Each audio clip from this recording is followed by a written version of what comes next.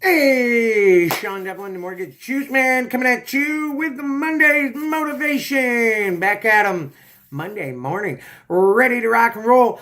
Today, we are going to do a real quick video on tips for the loan officer to prevent things from happening, the uncontrollable. Really, some of this stuff can be pre-screened.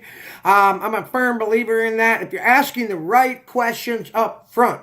So, I'm going to go over a couple of them. I used to always say, number one, where did that check go that you got as a refund from the government last year, by the way, Mr. Client?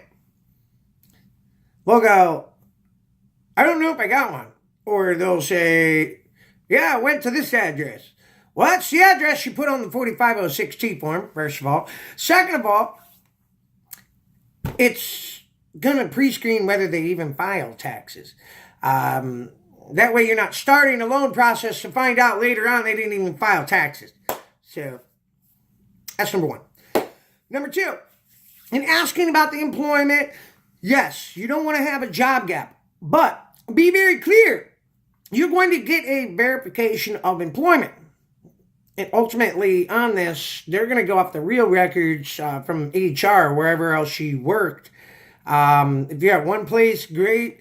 My main concern is that if there's any job gaps over 30 days, that I know about them up front. Did you have a job gap in between any jobs in the last 2 years? Boom. I mean, literally, bring up your concern, okay? That's what, again, it's going to stick out like a sore thumb, especially if they have multiple places where they've worked in the last 2 years. That's something to look at. All right. When starting the home purchase or a refi, there is certain things I would suggest that you mention to them, what we call the 10 Commandments. Thou shalt not go out and buy a new car. Thou shalt not quit my job. We can all make a joke out of that. I have that actually posted to the blog today. You'll probably see it later on this week. Feel free to copy, paste, post, and profit with that all day long.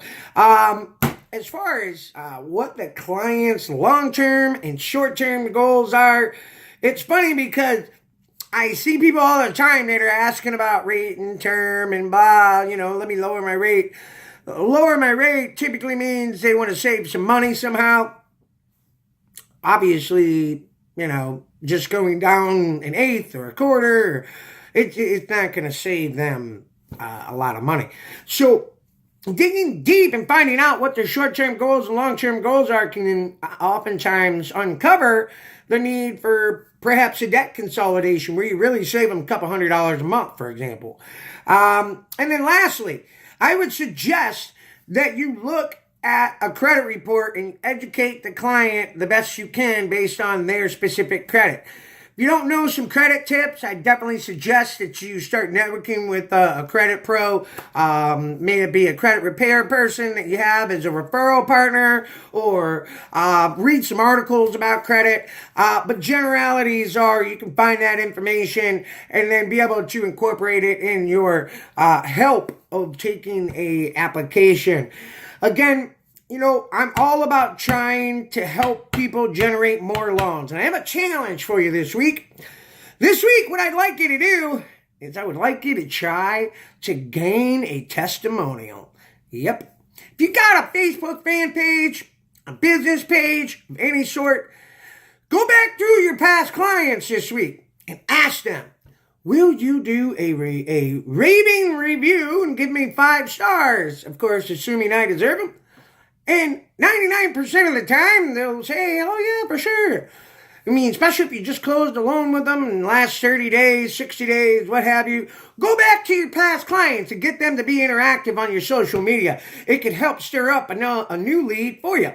My name is Sean Devlin, the Mortgage Juice Man, coming at you with Monday's motivation and a challenge for the week. Have yourself a wonderful day. Share, direct, like, repeat. So, well, have yourself a good one.